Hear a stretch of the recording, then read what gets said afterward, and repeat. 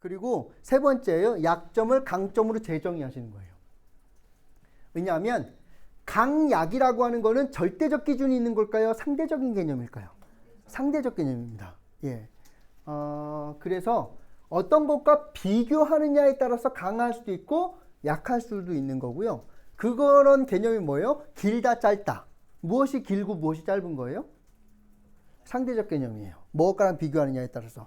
잘생겼냐, 못생겼냐도 상대적 개념인 거예요. 그래서 누구랑 비교하느냐에 따라서 잘생겼을 수도 있고 못생겼을 수도 있고 이게 다 상대적 개념이라는 거예요. 그러면요. 강점과 약점은 상대적 개념이고 속성 자체는 중립적인데 어떤 맥락을 만나느냐에 따라서 강점이 될 수도 있고 약점이 될 수도 있는 거예요.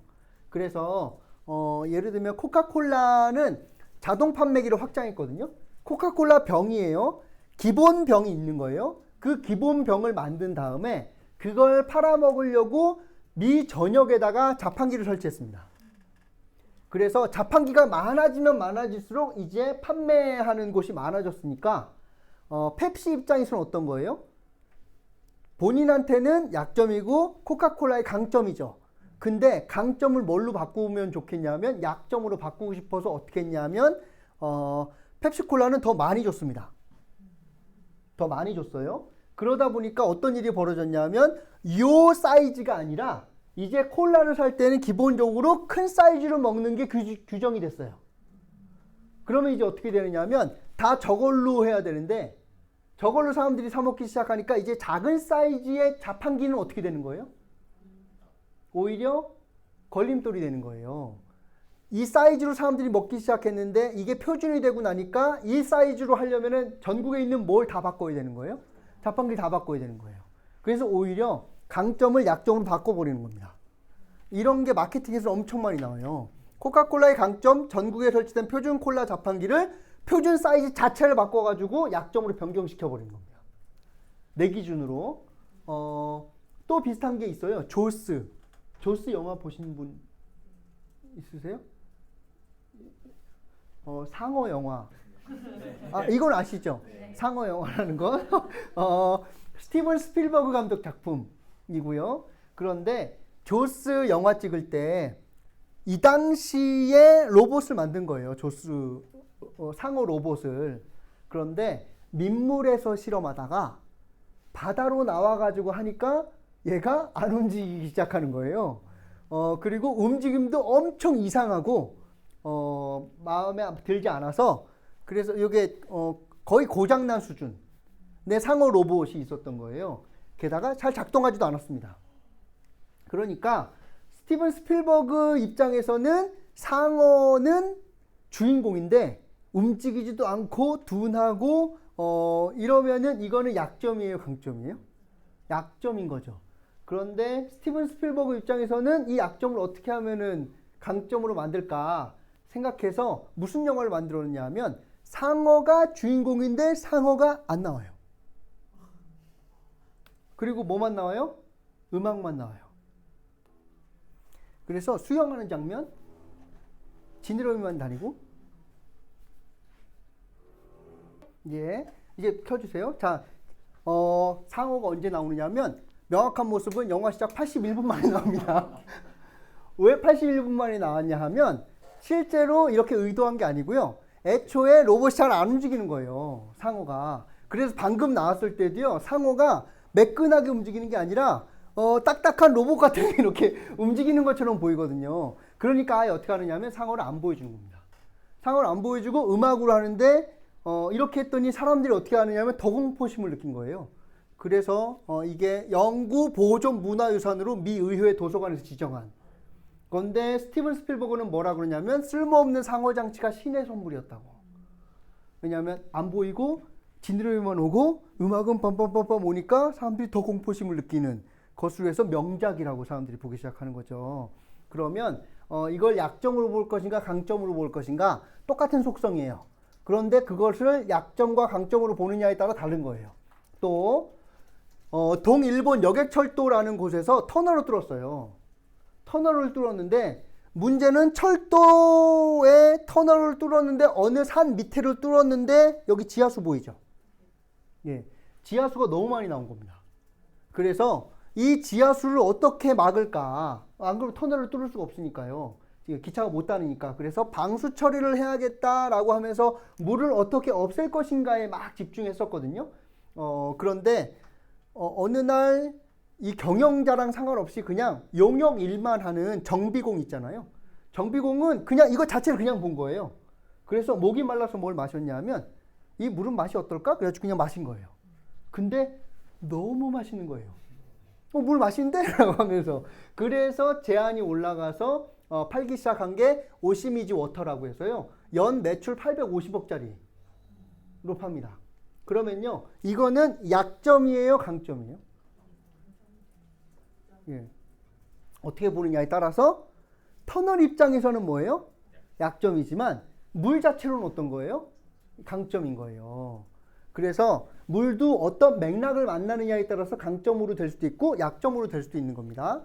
그러면 약점과 문제를 중심에 놓고 사고하기 시작하면 어떻게 되느냐 하면 문제를 어떻게 풀까, 약점을 어떻게 보완할까라고 생각하게 되는데 그러면 요 근처에서의 해법밖에 안 나온다는 거예요. 하지만 그것과 다른 맥락에서 만나게 되면은 강점이 될 수도 있다는 겁니다. 그럼 강점하려면 어떻게 해야 돼요? 속성을 뒤집는 훈련을 하시는 거예요. 똑같은 하나의 속성을 다르게 해석해 보시는 거예요. 그래서 옛날 동화 뒤집어 읽기 뭐 이런 거 있잖아요. 이런 거 훈련 많이 해보시는 거예요. 그리고 저건 진짜일까? 저렇게 해석하는 건 진짜일까? 저거 외에는 없을까? 라고 생각해 보셔야 돼요. 그래서 이건 슈퍼맨이죠. 영웅이라고 보통 얘기하죠. 근데 또 뭐예요? 반대로 이야기해 보면 외계인이죠. 다르게 속성을 만들어 보는 거예요. 더운 거예요? 아니면은 따뜻한 거예요? 예. 더위도 다른 맥락을 만났을 때 따뜻할 수 있는 거고요. 또 그러면 추위 말고 뭐예요? 시원한 걸 수도 있는 거예요. 그리고 얘는 공주예요? 아니면 괴물이에요? 얘를 직접 만나면 어떻게 될 것 같으세요? 무서워요. 예. 그래서 공주로 보느냐 괴물로 보느냐 똑같은 속성인데 그리고 얘도 생각해 보세요. 토끼와 거북이죠. 토끼는 자랑하는 거예요? 아니면 토끼들로부터 왕따 당한 거예요? 생각해 보세요. 굳이 자기가 이길 걸 뻔히 알면서 거북이하고 경주를 하자는 심리는 뭐예요? 친구가 없는 거예요. 친구가 없으니까 누구한테 가서 하자고 그런 거예요? 고작 거북이한테. 예. 근데 또 어떻게 됐어요? 졌어요. 그러고 나니까 또 어떻게 되는 거예요? 심리적으로 더 생각해 보세요. 어른들은 애들이랑 놀까요? 안 놀까요? 안 놀아요. 근데 놀아줄 어른들이 없으면 누구랑 놀아요? 애들이랑 놀아요. 그러면 얘는 심리적으로 자랑하는 거예요? 아니면 따돌림 당한 상처받은 영혼이에요? 라고 똑같은 속성을 다르게 해석하는 훈련들을 해보실 필요가 있어요. 그러면요, 강점화하려면 다른 맥락을 접목해 보시는 거예요. 속성의 강점을 드러내는 맥락을 접목하면은 그 측면의 강점이 나오는 겁니다. 2등이라고 하는 거는 어떤 맥락을 만나면 강점으로 해석할 수 있을까요? 그래서 2등 마케팅을 하는 곳도 있어요. 우리는 2등이라고. 그러면은 더 열심히 노력할 거고, 우리 거 살 때는 줄 안 서도 된다고. 1등 거 살 때는 줄 서서 사셔야 되는데, 우리 거는 오시면 바로 살 수 있다고. 라고 하는 방식으로 2등 마케팅으로 따르게 갈 수 있고요. 정체성이 불명확하다는 거는 이건 강점일까요? 약점일까요? 약점이기도 하지만 어떤 맥락을 만나느냐에 따라서 강점일 수도 있는 거예요. 사회복지관, 종합사회복지관은 정체성이 명확한가요? 불명확한가요? 불명확하다고 많이 얘기하거든요. 그런데 불명확하다는 것은 그쵸? 그러면 확장성이 현저히 높다라고 볼 수 있는 거예요. 예를 들면 장애인복지관은 장애인분이 없으면은 그 영역으로 뛰어들 수 있을까요? 없을까요? 명분이 떨어져요. 약하다고요. 근데 종합사회복지관은 뭘 할 수 있어요? 다 할 수 있어요. 그러면 이거는 정체성이 불명확하기 때문에 어떻게 하는 거예요? 오히려 훨씬 더 사회복지계의 지평을 넓힐 수 있는 일을 할 수 있다는 거예요. 지금까지 종합사회복지관이 다 그랬어요. 종합사회복지관에서요, 재가센터도 다, 원래 재가센터를 하다가 그게 떨어져 나갔고요. 자활도 떨어져 나갔고요. 다 떨어져 나간 거예요. 원래 종합사회복지관이 다 일을 했었어요. 그러면 종합사회복지관이 지금까지 한국 사회복지의 지평을 넓히는 일을 했었거든요. 그런데 갑자기 지역사회 조직 사례 관리로만 한정시키는 순간 어떤 일이 벌어지냐면 사회복지 지평을 넓히는 엄마 같은 역할을 할 곳은 우리 사회복지계에 없어지는 거랑 똑같아요. 그러면 이거를 약점으로 볼 것인가 강점으로 볼 것인가 어떻게 보느냐에 따라 다르다는 거예요. 또 늙음을 재해석해 보세요. 그러면은 뭐예요? 늙으면 뭐가 좋아요? 지혜가 많아지고. 그래서 다산 정약용 선생님이 쓰신 게 있어요. 노인의 6가지 쾌활한 좋은 게 있대요. 뭐예요? 귀가 먹었으니 시비를 다투는 세상의 온갖 소리 들리지 않아 좋다고. 예. 그리고 눈이 어두워져 글이 안 보이니 공부할 필요가 없어서 좋고 라고 하는 걸로 맥락을 다르게 생각하시는 거예요. 노숙하는 거는 어떤 맥락을 만나면 강점이 될까요? 노숙하시는 분들은 항상 어디에 계세요? 길에 계시죠? 야외에 계시죠? 그러니까 야외에 계시는 분이라서 따로 나가서 일하지 않아도 되는 거죠. 거기에 있으니까. 그래서 만나게 되는 게 뭐예요? 비교슈라는 잡지라는 거죠. 비교슈 잡지에서 누가 영업사원이 되시는 거예요? 판매원이? 이 노숙인 분들이. 그러면 항상 길거리에 있는 것 자체는 약점이에요? 강점이에요? 판매하는 데 있어서는 강점인 거예요. 항상 바깥에 계시니까. 그러면 문맹은 어떤 맥락을 만나면 강점이 될까요? 글을 모른다는 거죠. 그러면 글을 알면 안 되는 직종과 만날 때는 어떻게 되는 거예요? 강점이 되겠죠. 글을 아는 게 오히려 위협이 되는 직업 뭐가 있을까요? 이런 거죠. 다운중국 MR 이담씨인데 기밀문서 파기 전문가랍니다. 왜냐하면 글을 못 읽어요. 그래서 서류를 주면은 그러면은 거꾸로인지 똑바로인지 상관없이 하여튼 받아요. 그래서 파쇄해요. 그러면 기밀이 유출될 가능성이 0이에요. 근데 여러분들은 어때요? 여러분들이 기밀문서 전문가가 되면 보고 싶지 않았는데 보여요, 그냥.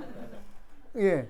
그리고 들리고 싶지 않았으나 들려요. 그럼 어떻게 되는 거예요? 기밀이 새 나갈 가능성이 높고 기밀을 유출하지 않으려면 누구를 없애야 돼요? 본 사람을 없애야 되는 거잖아요. 근데 이 사람은 보고 싶어도 볼 수도 없고 읽을 수도 없어요. 그러면 요 맥락을 만나면 어떻게 되는 거예요? 강점화 된다는 거예요. 그래서요, 저 고등학생 때 양철 도시락 싸주셨거든요. 저희 어머니께서. 그때 제 친구들은 다 뭐 싼 거예요? 보험 도시락. 예. 저만 양철 도시락에 싸줬거든요. 그래서 제가 맨 처음에 자존감이 많이 떨어졌어요. 근데 제가 어떻게 했을까요? 난로에 올렸습니다. 제가 난로에 그냥 올려놨거든요. 그랬더니 담임 선생님께서 오시더니 저 밥 누구 거냐고. 저거야말로 진짜 도시락이라고. 저기 밑에 혹시 계란이 있냐 뭐 이런 걸 물어보시면서 옛날엔 저렇게 먹었고 이렇게 해가지고 밑에 누른밥이 생기면 너무 좋고 막 그렇게 해서 제가 그 밥 먹으면서 일부러 양철 도시락에 싸우는 것처럼 난로에 놓으려고 하는 것처럼 했거든요. 그랬더니 그 다음 날부터 어떤 일이 벌어졌을까요? 애들이 양철 도시락을 싸우는 거예요. 왜냐하면 나도 먹고 싶어서 난로 위에 놓고 먹고 싶어서. 그러면요, 이걸 싫어해요. 제 입장에서는 양철 도시락은 약점이었어요, 강점이었어요? 약점이었거든요. 근데 그거 자체를 뭘로 바꾸는 거예요? 강점으로 바꾸는 거예요. 강점으로. 그러면요, 강점화 시키는 겁니다.